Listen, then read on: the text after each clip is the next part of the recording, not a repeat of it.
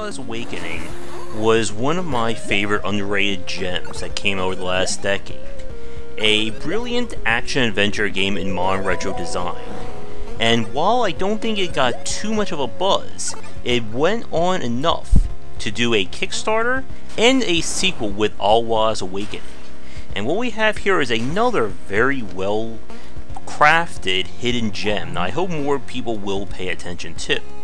But our story is that we are in the land of Alwa, that in the first game was an 8-bit world, and we have now doubled that into the SNES and 16-bit era. We play as the heroine from the first game, who has been called back to save the world from evil. Now the footage that you're seeing is post-game, and I will be showing off one of the expert dungeons in a few minutes. But, like the first game, a major part of Alwa's Awakening is the tech that goes into your various abilities.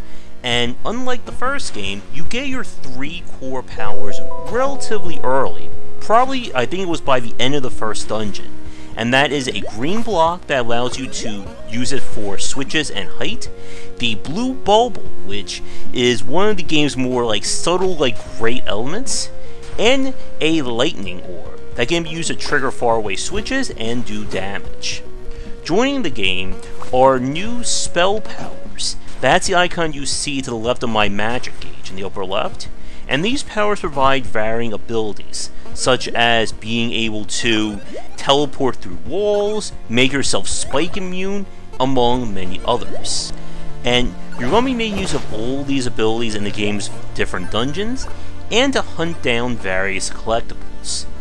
Now, in the first game, your 3 powers were upgraded by finding MacGuffins hidden in the world, and these were a major form of progression. In Alwa's Awakening, this has been changed into a very simplified skill tree. As you explore the game, you'll find blue orbs, whose purpose is to be used at the game's quote-unquote wizard in order to upgrade your 3 powers. And the 3 trees, as you can see here, will basically modify and provide new functionality. And while developers tout that you don't need this and you can kind of customize your style, if you want to achieve 100% of this game, you're going to need almost every one of those abilities, especially Infinite Bubble, Explosion of your block, and more. Now, one of the things I do like about both Alwa's Legacy and Alwa's Awakening is the tech that goes into it. As you can see with me making use of the bubble and unlockable dash, there is a lot that you can do to sequence break the heck out of this game. And this is definitely a fun game, I feel, if you are a fan of speedrunning. And when we played this on stream, I actually sequence broke a huge portion of this first dungeon simply because I knew how to use the bubble effectively. But the developers added in the Infinite Bubble for players who need that, and it is required in a few spots later on. Additional upgrades come in the form of more health, and additional items that provide passive benefits, such as lighting, additional breathing underwater, and so on. And these items are usually important aspects in order to unlock further areas on the world map. So with that said, Alwa's Awakening, as with the first game, is a title that very much knows what it wants to be, and I believe it achieves that goal of being a very challenging action-adventure game. There really aren't a lot of things I could say are complaints, just some nitpicks I want to talk about, and we're going to discuss that next while looking at the game's ultimate dungeon. But first, a quick break. And now for a quick shout out to our current Game Wisdom supporters and sponsors. Going forward, all Patreon supporters will get early access to our videos. And if you'd like to continue this discussion on game design, be sure to check out our Discord channel, linked down below. If you're looking for more wisdom about game design, be sure to check out my latest offering of books, 20 Essential Games to Study, aimed for first-time developers and students looking for some inspiration for their upcoming games, and Game Design Deep Dive Platformers if you're interested in anything regarding 2D and 3D platforming design.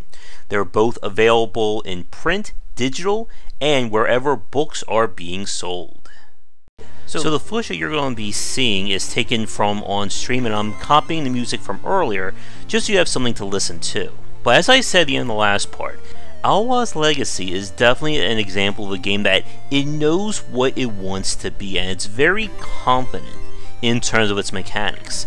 As you're going to see with the footage on screen now, there is a lot of advanced tech that goes into some of these challenges and what you need to do, and all those purple spikes are instant kills. And the game introduces a lot of very interesting elements. Each dungeon has its own unique mechanic or system that you'll have to make use of, and that is also combined with the boss fights as well. Now, in terms of problems with the game, like I said, I don't really have anything I would consider too serious. The big one I think that's carried over from the first game is that the open world does lead to some confusion in terms of where you're supposed to go.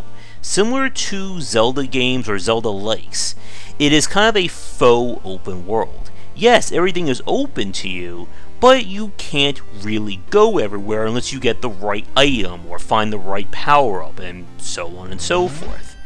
And the game does have a few sections where you won't know that there is an item that you need because you don't even consider that would be something that exists within the game. Such as there is one thing that acts as a light for the underground section. And the underground section is kind of an annoying start of the game, and it's something that only comes back further when you have to explore for real later on. And when you're trying to figure out where you're supposed to go, there is a new hint character who shows up in Central Alwa, but you'll still have those situations where they're not telling you anything that you need or anything that you can actually use, and you're left trying to figure out, okay, where else on this map do I need to go? And the difficulty of this game, as you can see with some of the tech that I'm making use of right now, does get a little bit on the hard side. Again, do not let the cute 16-bit graphics fool you. This is a very challenging game that does require you to master its different tech. One of the challenges that I ran into, especially in the back half of the game, especially the final dungeon, the final real dungeon, is not quite knowing what the game wanted the player to do. And this is coupled with the skill system that I showed in the first part. Like we said, the developers intended the skills, or the various skill trees, to be ways of customizing your playstyle. But some of those options are just so important to have any chance at surviving. Such as being able to use your block to cross gaps of water, having your bubble, cost a little bit less magic, and then there are those that are just flat out required if you want to find a secret or make extra progress.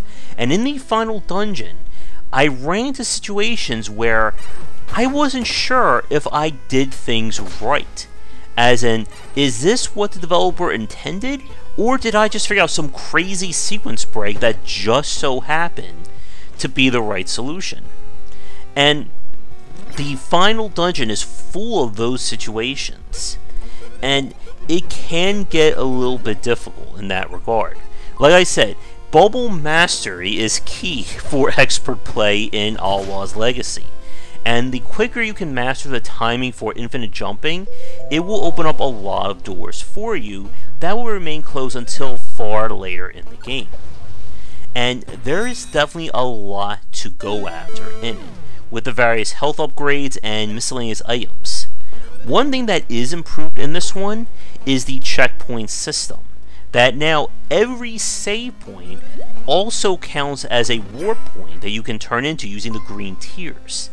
And this is, again, a game that knows what it wants to be, and if you were a fan of Alwa's Awakening, you are going to love this game. I would still recommend you play the first one, as both titles are different enough that you'll get a complete experience, and you don't really need to worry about any spoilers, as both games kind of deal with the story in their own unique way.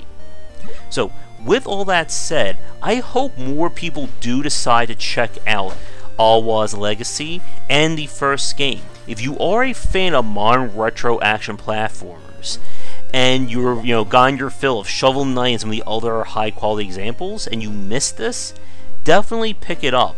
And if you are a fan of speedrunning and kind of that advanced play, Alwa's Legacy is a really solid example of that, thanks to the variety of powers that you get and how everything can kind of synergize together, such as using the bubble to give you additional height, to then use your air dash to get around that.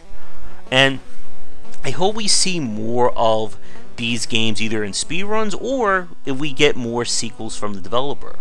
I would like to thank them for giving me a press key to check it out, and I'll include a link to my interview with the lead designer down below. But with all that said, thanks for tuning in. If you are working on a game that you'd like me to take a look at for a future piece, please don't hesitate to get in touch. Check out our Discord and Patreon link down below, and come back for daily discussions on game design here and on game wisdom, where we some of the art and science of games. Once again, this has been Alwa's Legacy, and I will see you all next time.